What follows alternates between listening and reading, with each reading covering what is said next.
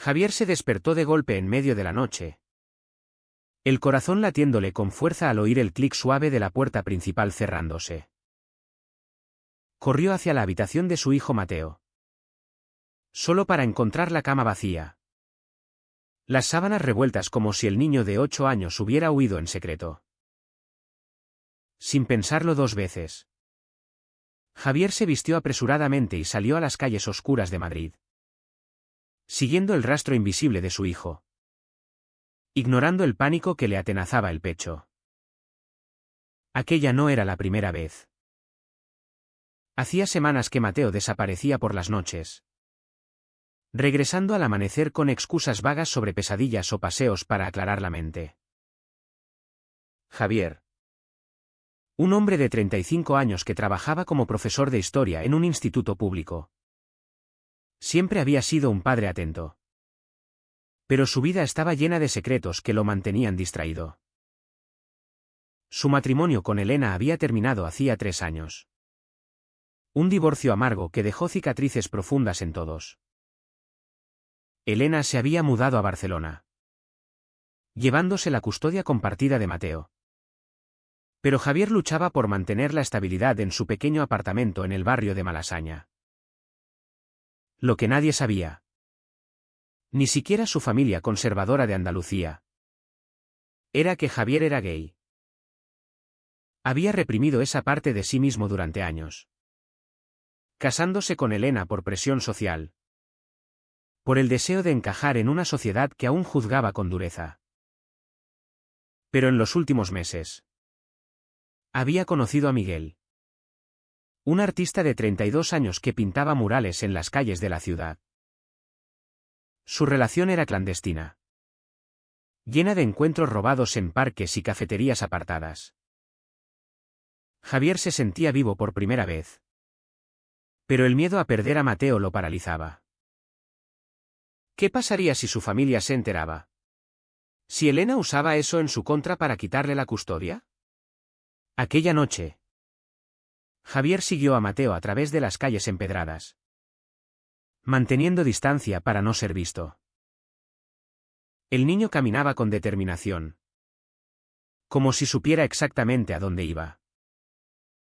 Pasaron por la Plaza Mayor, iluminada por farolas tenues, y se adentraron en el barrio de Chueca, conocido por su vibrante comunidad LGBT. Javier sintió un nudo en el estómago. ¿Qué hacía su hijo allí? Mateo se detuvo frente a un edificio viejo. Tocó el timbre y entró. Javier esperó unos minutos antes de acercarse, el pulso acelerado. Escuchó voces desde el interior, la de Mateo y otra. Masculina. Familiar. Era la voz de Miguel. Javier empujó la puerta entreabierta y entró en el pequeño estudio de arte, donde encontró a su hijo sentado en el suelo, dibujando con crayones junto a Miguel, quien lo miraba con una sonrisa cálida. «Papá», dijo Mateo al verlo, sus ojos grandes llenos de sorpresa y culpa. Miguel se puso de pie, pálido. «Javier, no es lo que piensas». Pero Javier ya lo sabía, su hijo había descubierto su secreto y, en un intento infantil por ayudar, había estado visitando a Miguel por las noches, llevando mensajes y dibujos para mantenerlos unidos. El shock inicial dio paso a una oleada de ira y miedo. Javier agarró a Mateo por el brazo y lo sacó del estudio, ignorando las protestas del niño. En el camino de regreso, Mateo lloró en silencio, murmurando que solo quería que su papá fuera feliz. Javier no respondió, su mente era un torbellino. ¿Cómo había llegado a esto? Había intentado proteger a su hijo de la verdad, pero ahora esa verdad amenazaba con destruirlo todo. Al llegar a casa, Javier se derrumbó en el sofá, abrazando a Mateo mientras las lágrimas corrían por su rostro. «No puedes hacer esto, hijo», Es peligroso. Pero Mateo. Con la inocencia de sus 8 años. Replicó, pero tú lo quieres. Papá. Yo lo vi en tus ojos. Aquella revelación abrió una grieta en la fachada que Javier había construido con tanto cuidado.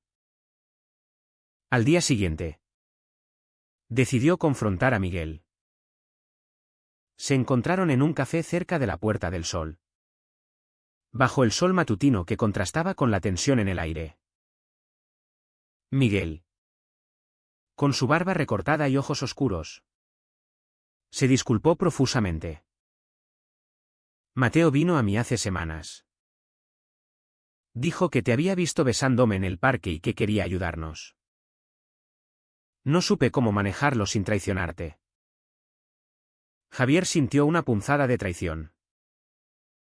¿Cómo podía Miguel permitir que un niño se involucrara?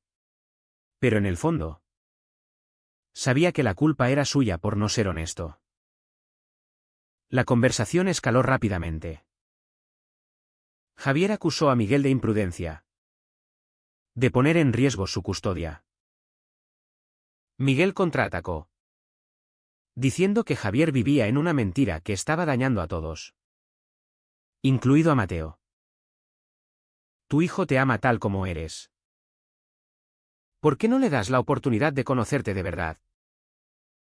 Javier se levantó abruptamente. Dejando a Miguel solo en la mesa.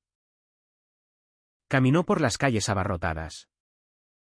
Sintiendo los ojos de la gente sobre él. Como si todos supieran su secreto. En casa. Encontró una nota de su hermana Ana. Quien había venido de visita desde Sevilla. Tenemos que hablar de Mateo. Elena me llamó preocupada. El pánico se apoderó de él. Ana era devota católica. Como el resto de la familia.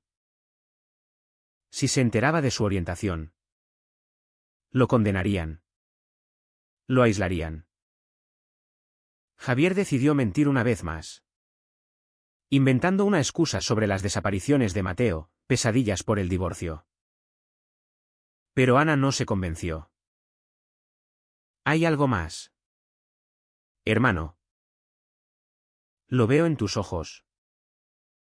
Esa noche. Javier no durmió. Debatiendo internamente si revelar la verdad o seguir ocultándola.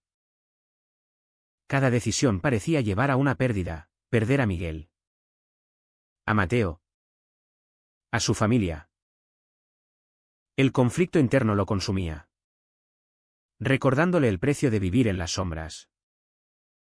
Mientras tanto, Mateo observaba en silencio. Su pequeño mundo tambaleándose por los secretos de los adultos. Javier se dio cuenta de que su hijo estaba pagando el precio más alto. Atrapado en medio de las mentiras. Al amanecer, tomó una decisión impulsiva, hablaría con Elena. Llamó a su exesposa. Quien respondió con frialdad desde Barcelona. Mateo me ha contado cosas extrañas. Javier. ¿Qué está pasando? Javier respiró hondo. Pero las palabras se atascaron en su garganta. En cambio, pidió más tiempo con el niño. Prometiendo resolverlo. Elena accedió a regañadientes. Pero advirtió, si hay algo que me estás ocultando. Lo usaré en la corte. La amenaza lo golpeó como un puñetazo. Javier colgó. Sintiendo el peso de sus elecciones. Había sacrificado su autenticidad por una vida normal. Pero ahora esa normalidad se desmoronaba. Miguel le envió un mensaje, tenemos que hablar. Por Mateo. Javier ignoró el teléfono. Pero sabía que no podía huir para siempre. El drama apenas comenzaba. Y cada paso adelante parecía llevarlo más cerca del abismo. Los días siguientes fueron un torbellino de tensiones acumuladas. Javier evitó a Miguel. enfocándose en Mateo, llevándolo a clases de fútbol y paseos por el retiro para distraerlo. Pero el niño no era tonto, preguntaba constantemente por el amigo de papá, refiriéndose a Miguel con una inocencia que dolía. Javier respondía con evasivas. Pero cada mentira agrandaba la brecha entre ellos. En el trabajo, sus colegas notaron su distracción. Un alumno le preguntó si estaba bien durante una clase sobre la historia de España posfranquista. Un tema que irónicamente resonaba con su propia lucha por la libertad personal. Ana, su hermana, no se fue de Madrid. Insistió en quedarse unos días para ayudar. Era una mujer de 40 años.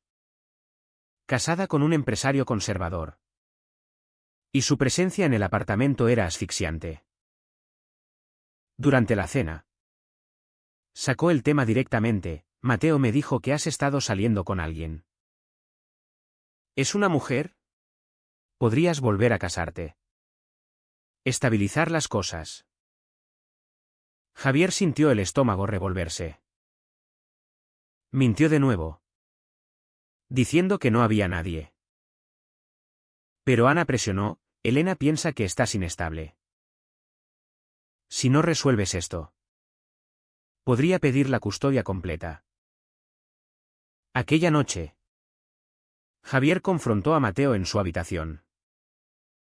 No puedes contarle a nadie sobre Miguel. ¿Entiendes? ¿Es nuestro secreto? Mateo bajó la mirada, asintiendo. Pero sus ojos brillaban con lágrimas. Pero él te hace feliz. Papá. Mamá dice que los secretos duelen.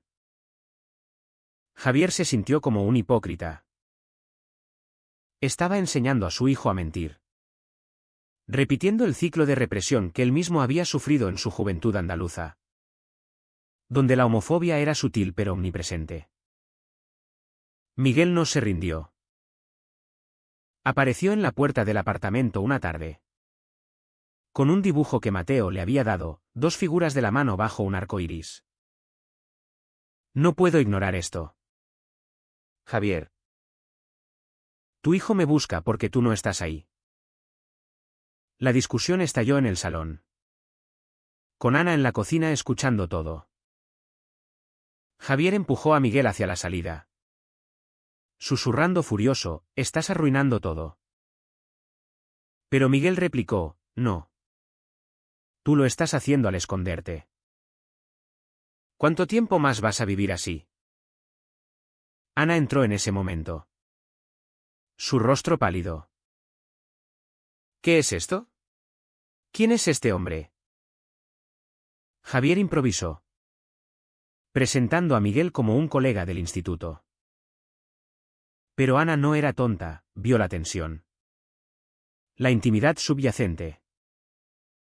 Esa noche, lo confrontó a solas, dime la verdad. Javier. ¿Eres uno de esos? La palabra gay no salió de su boca, pero el desprecio en su tono lo dijo todo. Javier negó, pero su voz temblaba. Ana se fue al día siguiente, prometiendo hablar con sus padres. La familia no tolerará esto. El aislamiento creció. Javier se sintió atrapado en una red de sus propias mentiras.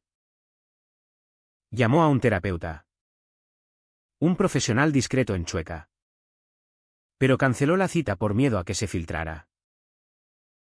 En cambio, se refugió en el trabajo, corrigiendo exámenes hasta altas horas.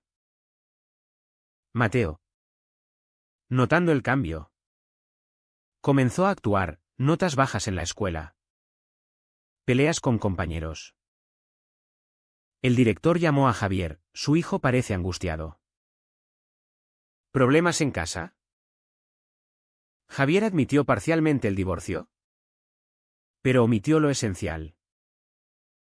Una semana después, Elena llegó a Madrid sin aviso. exigiendo ver a Mateo.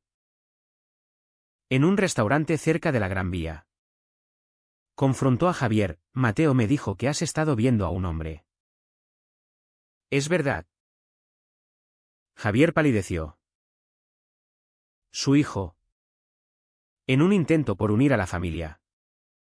Había traicionado el secreto.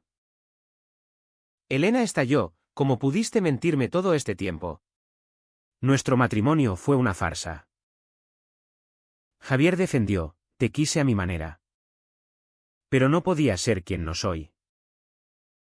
Elena lloró, acusándolo de egoísmo.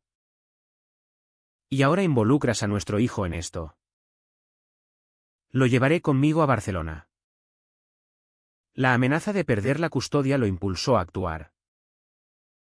Javier contactó a un abogado especializado en derechos LGBT, quien le aconsejó revelar la verdad en la corte si era necesario. En España, la orientación no es motivo para negar custodia. Pero las mentiras sí pueden dañar tu caso. Javier dudó. El miedo a la exposición pública era paralizante. Esa noche, Miguel lo llamó. Déjame ayudarte. Podemos enfrentar esto juntos. Por primera vez, Javier accedió a verlo. En un banco del Parque del Oeste al atardecer. Allí, Miguel compartió su propia historia, crecido en una familia liberal de Valencia, pero rechazado por amigos al salir del closet. El dolor pasa, Javier. Pero vivir en la mentira te mata lentamente. Javier confesó sus miedos, la familia, la sociedad, el impacto en Mateo. Miguel lo abrazó. Un gesto público que Javier permitió por primera vez. Pero alguien los vio, un vecino conservador que conocía a Ana. Al día siguiente, el rumor llegó a oídos de su familia. Su padre llamó desde Andalucía. Si es verdad, no eres bienvenido aquí. El rechazo fue un golpe devastador. Javier se derrumbó, cuestionando cada decisión. ¿Valía la pena el amor por Miguel si costaba su familia? Mateo, oyendo la conversación, corrió a su habitación llorando. Javier lo siguió, abrazándolo. Lo siento, hijo. Todo esto es por mi culpa. Mateo respondió, no. Papá. Es por ser valiente. Aquellas palabras infantiles lo sacudieron, plantando la semilla de una posible redención. Pero el alto trajo más conflictos. Elena presentó una moción urgente para la custodia, citando inestabilidad emocional.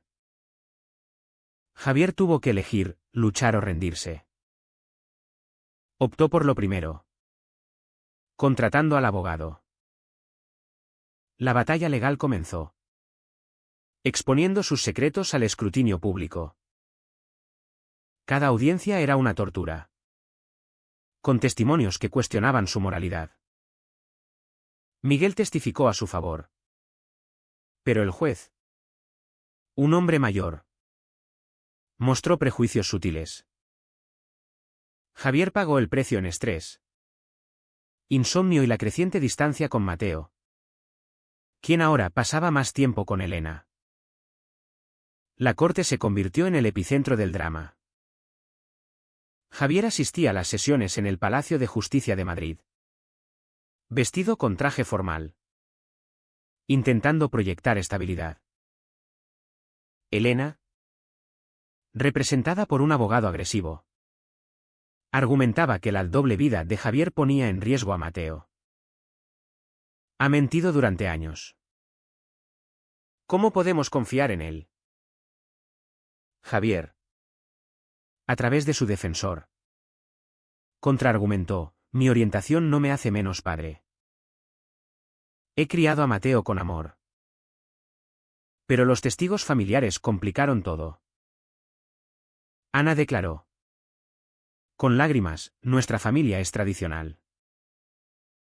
Esto confunde al niño. Miguel se mantuvo al lado de Javier, ofreciendo apoyo emocional en las pausas.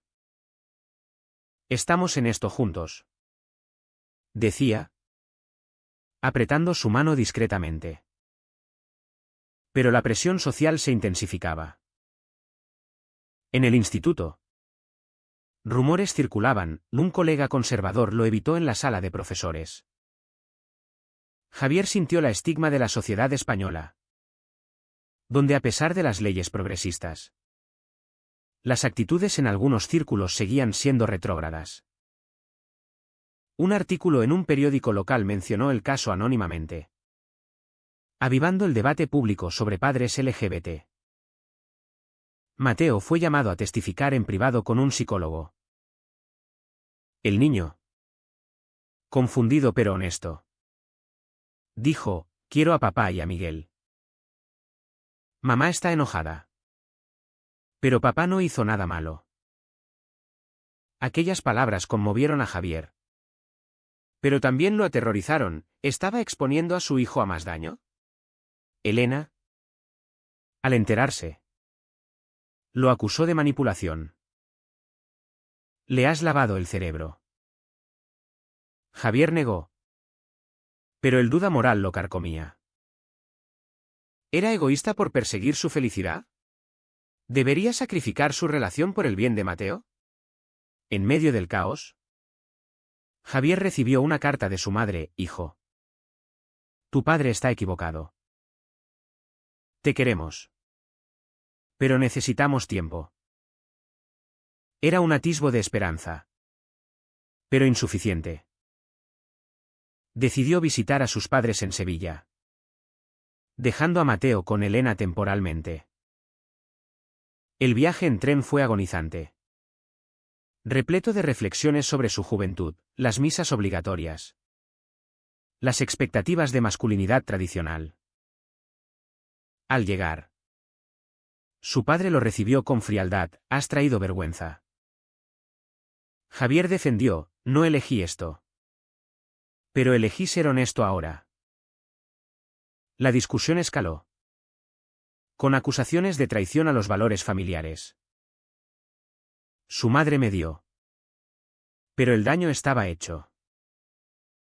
Javier regresó a Madrid derrotado, cuestionando si valía la pena el precio. Miguel lo esperó en la estación, abrazándolo públicamente.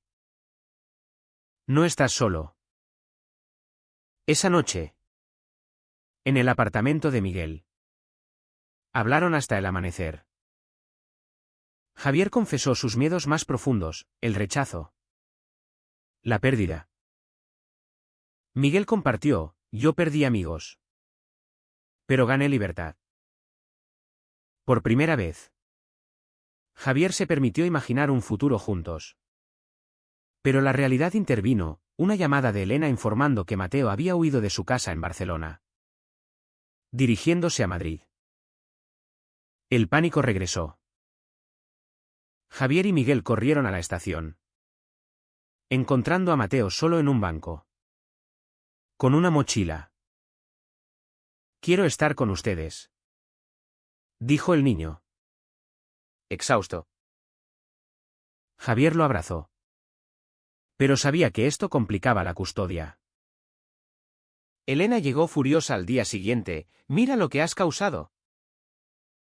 La confrontación en el apartamento fue brutal.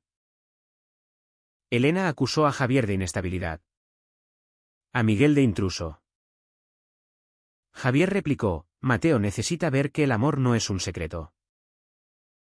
Elena, herida, admitió su propio dolor: me usaste para cubrirte. Javier se disculpó sinceramente: fui cobarde. Pero ahora estoy cambiando. El juez, influenciado por el testimonio del psicólogo, dictó una custodia compartida temporal, con terapia familiar obligatoria. Javier sintió alivio parcial. Pero el costo emocional era alto.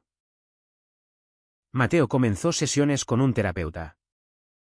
Revelando su confusión, quiero que todos sean felices. Pero duele. Javier asistió también. Enfrentando sus traumas. En una sesión. Admitió, he pagado con años de infelicidad por encajar. El terapeuta lo desafió, ¿y ahora? ¿Qué eliges? Miguel propuso mudarse juntos. Pero Javier dudó, aún no. La familia. Pero un evento cambió todo, Ana regresó. Arrepentida. Vi un documental sobre familias LGBT. Quizás me equivoqué. Era un puente frágil. Pero Javier lo aceptó. Invitó a Miguel a una cena familiar tentativa. Donde las tensiones surgieron. Pero también momentos de comprensión. Su padre llamó después, dame tiempo. Sin embargo, la sociedad no era tan indulgente. En la escuela de Mateo, un padre conservador inició una petición para que Javier no enseñara. Citando influencia negativa. Javier luchó. Con apoyo de colegas progresistas. Pero el estrés lo agotó. Miguel lo sostuvo, luchamos por esto. Javier. En un momento de claridad. Decidió hacer pública su historia en un blog anónimo.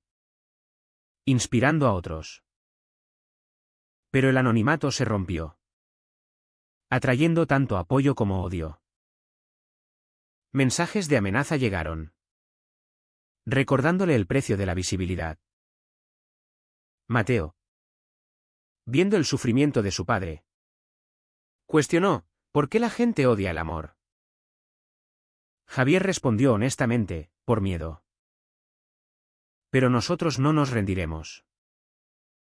El conflicto alcanzó su pico cuando Elena, en un gesto de reconciliación, retiró la moción completa de custodia. Por Mateo. Dijo. Javier la abrazó. Cerrando un capítulo doloroso. Pero el camino adelante era incierto. Lleno de decisiones que definirían su futuro. Con la custodia estabilizada, Javier y Miguel comenzaron a construir una vida juntos. Mudándose a un apartamento más grande en Lavapiés. Mateo se adaptó lentamente. Disfrutando de las tardes pintando con Miguel mientras Javier preparaba la cena. Pero las sombras del pasado persistían. La familia extendida se dividía, algunos, como Ana, visitaban ocasionalmente, trayendo regalos y preguntas cautelosas. Otros, como su padre, mantenían distancia, enviando tarjetas de cumpleaños impersonales. Javier sintió el vacío, pero priorizó su nueva familia. En el trabajo, la controversia amainó gracias a una campaña de apoyo de la comunidad educativa. Javier incorporó temas de diversidad en sus clases, convirtiéndose en un referente sutil para alumnos LGBT. Un estudiante se acercó un día, gracias por ser visible. Aquello validó sus sacrificios. Pero también resaltó el costo, noches de insomnio por preocupaciones. El constante escrutinio público. Miguel enfrentó rechazos en exposiciones artísticas. Etiquetado como el novio del profesor gay. Juntos, asistieron a marchas del orgullo en Madrid, donde Mateo ondeaba una bandera arcoíris, simbolizando su aceptación. Sin embargo, nuevos conflictos surgieron. Mateo sufrió bullying en la escuela, compañeros lo llamaban hijo de maricones. Javier lo retiró temporalmente, optando por homeschooling mientras buscaban un colegio inclusivo. El niño, resilient pero herido, preguntó, ¿por qué no podemos ser normales? Javier respondió, normal es aburrido. Somos especiales. Pero internamente. Dudaba, ¿había expuesto a su hijo a demasiado? El dilema moral lo perseguía, la autenticidad versus la protección. Elena. En una visita.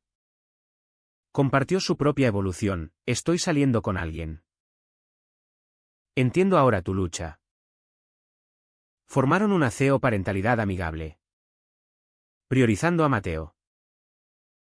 Pero un día. Miguel recibió una oferta de trabajo en París. Pintando para una galería prestigiosa. Es mi sueño. Pero no iré sin ti. Javier enfrentó la elección, mudarse y dejar atrás su vida en España. O quedarse y arriesgar la relación. Discutieron intensamente, Miguel acusaba a Javier de miedo residual. Javier a Miguel de egoísmo. Mateo. Oyendo. Intervino, vayamos. Quiero una aventura. La decisión fue agonizante. Javier consultó a su terapeuta, mudarme significa cortar lazos con la familia para siempre. Pero también significaba libertad. Optó por París. Vendiendo el apartamento y despidiéndose de amigos. Ana lloró en el aeropuerto, te extrañaré. Pero estoy orgullosa. Su padre no vino. Un silencio que dolió como una traición final. En el vuelo. Javier sostuvo la mano de Miguel. Con Mateo durmiendo entre ellos. Hemos pagado mucho. Pero valió la pena. Murmuró. En París. Se instalaron en un barrio bohemio. Mateo se adaptó rápidamente. Aprendiendo francés y haciendo amigos. Javier encontró trabajo en un museo. Enseñando historia española a turistas. Miguel floreció artísticamente. Exponiendo obras inspiradas en su viaje. Pero el pasado resurgió, un email de Elena informando que su padre había enfermado. Javier regresó a Sevilla solo. Encontrando a un hombre frágil en la cama de hospital. Hijo. Me equivoqué. El miedo me cegó. Las lágrimas fluyeron. Un perdón tardío que sanó heridas profundas. Javier regresó a París fortalecido. Compartiendo la noticia con Miguel y Mateo. La vida se estabilizó. Pero no sin reflexiones. Javier escribió un libro sobre su experiencia. Anónimo al principio. Pero eventualmente revelando su identidad. Recibió elogios y críticas. Avivando debates sobre familia y sociedad. En una entrevista. Dijo, el amor no debería costar tanto. Pero en nuestra realidad. ¿Lo hace? Mateo. Ahora de 10 años. Creció con una perspectiva abierta. Defendiendo a amigos LGBT en su nueva escuela. Sin embargo, el final no fue perfecto. Miguel y Javier discutieron sobre casarse, Javier quería. Por seguridad legal, Miguel temía la institucionalización. Resolvieron con una ceremonia simbólica en el Sena. Con Mateo como testigo. La familia española envió felicitaciones tentativas. Un puente reconstruido parcialmente. Javier miró atrás, las traiciones. Los sacrificios. Las despertares. Cada elección había costado. Pero también liberado. Fue correcto que Javier priorizara su autenticidad sobre la estabilidad familiar tradicional. ¿O debería haber sacrificado su felicidad personal por el bien aparente de su hijo?